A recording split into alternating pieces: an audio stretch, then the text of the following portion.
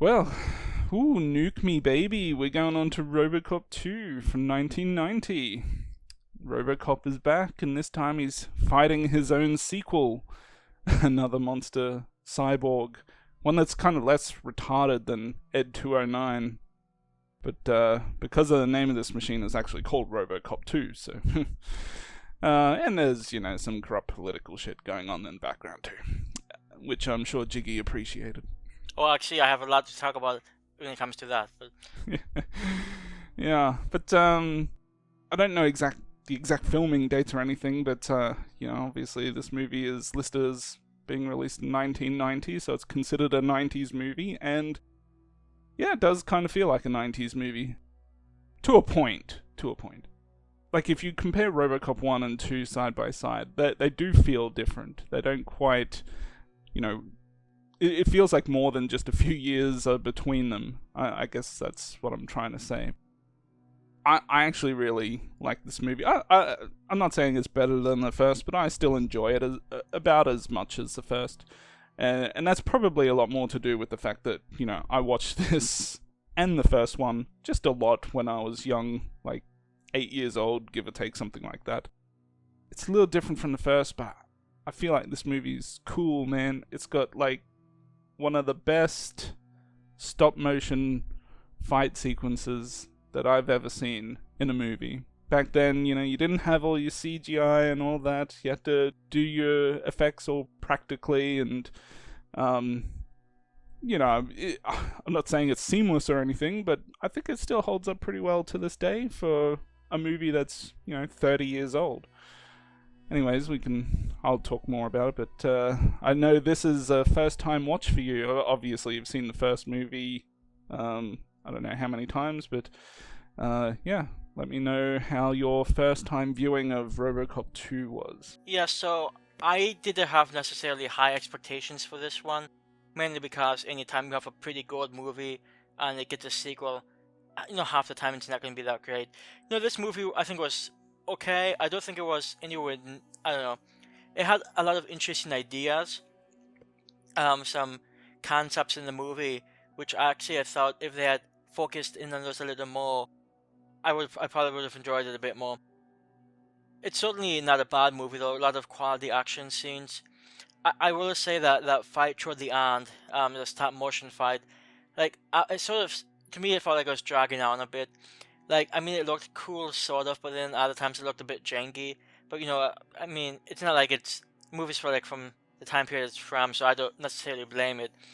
But I don't know. I was just reminded of, like, some of the less enjoyable parts from the Terminator movie, just all this shooting and fighting and stuff. It's like, it just gets old after a little.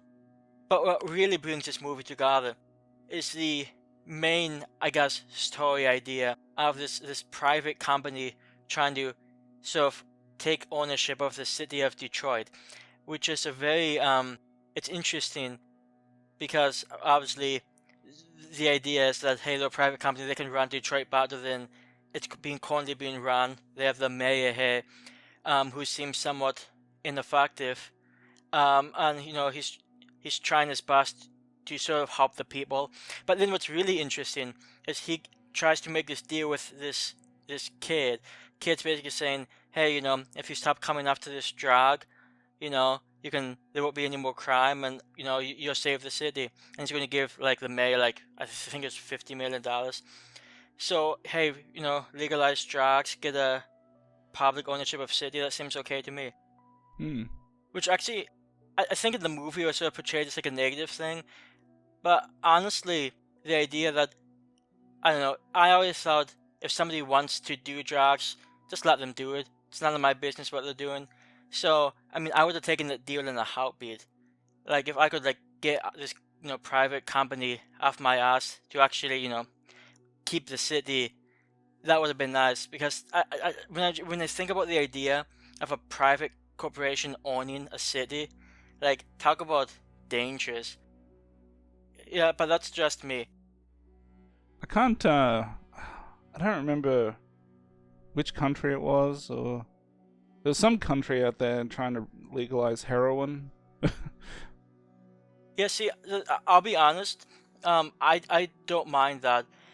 It's probably not the. It's not like the most pressing issue I can think of. There's a lot more important things we should deal with. But if somebody wants to do it, I just it's not my business. Like just do it solid to like kids and do what you want.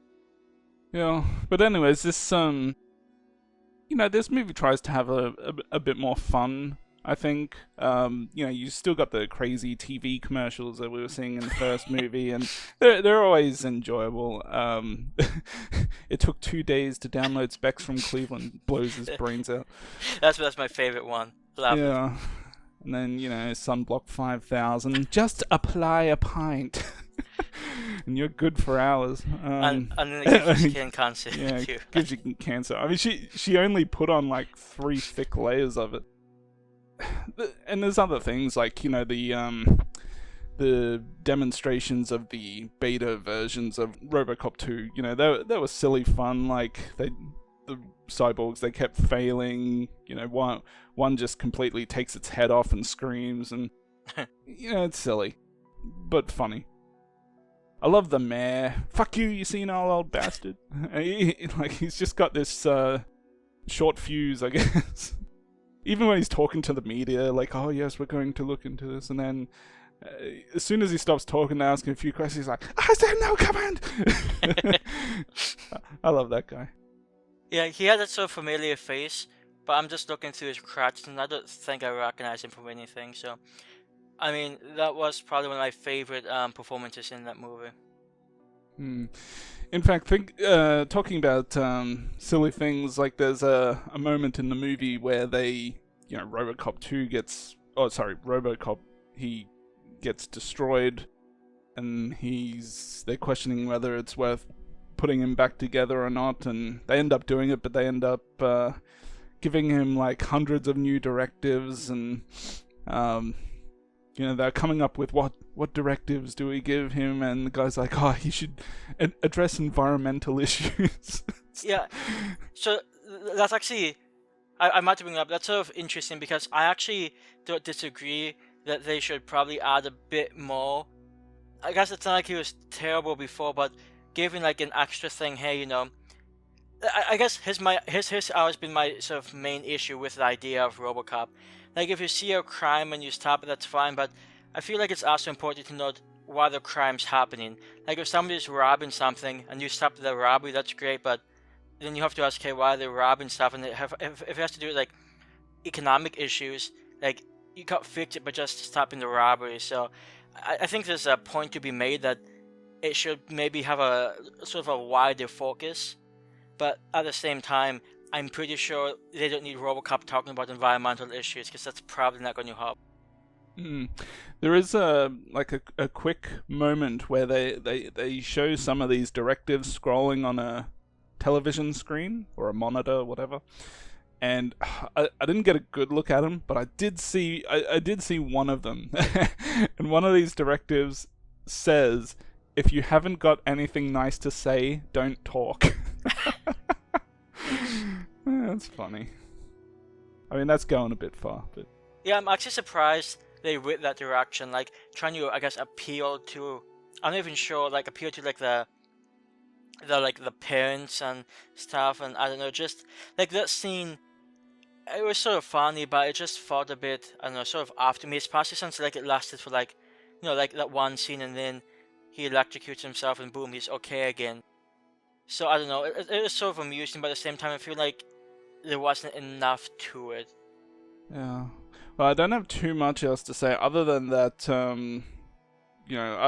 I typically enjoy Tom Noonan in movies. He's got an interesting character in this one. Bit of a, it's not just your typical drug lord. He's this guy with this god complex, and he's an interesting character. So a little unusual. Not, like I said, not your typical bad guy. Like, obviously he's bad, but he's more about just give the people what they want.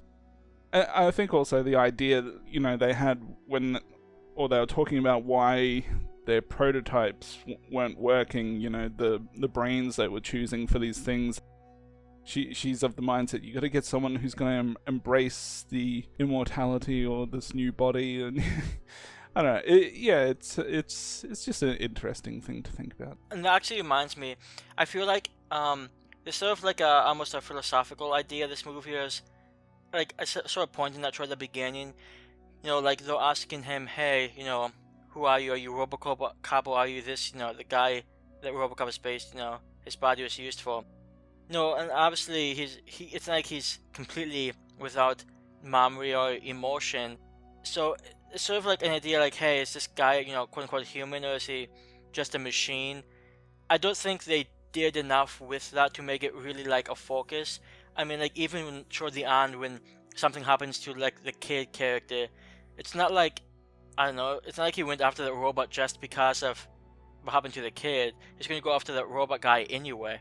So I don't know. I feel like could have done a little more with it, but at the same time, they already had like a bunch of things in this movie. Like they had the whole police union protest, which I thought was another interesting idea. And I think it's also so funny that RoboCop was also a union buster. So well done. So I can understand why they maybe did want to focus too much on the philosophical idea, but it was sort of interesting, especially like we said with the one female doctor talking about the type of mentality that would best be used for this type of program. I do have one thought as to why those prototypes were failing. Maybe it's because they realize they no longer have a dick. Because there's this one scene in the movie where it's when they've got RoboCop on life support, and there's this gigantic thing that pops out of his arm that says, I don't know what it says, like danger or warning or critical or something. But the thing that pops out is like just as big as his arm, if not bigger.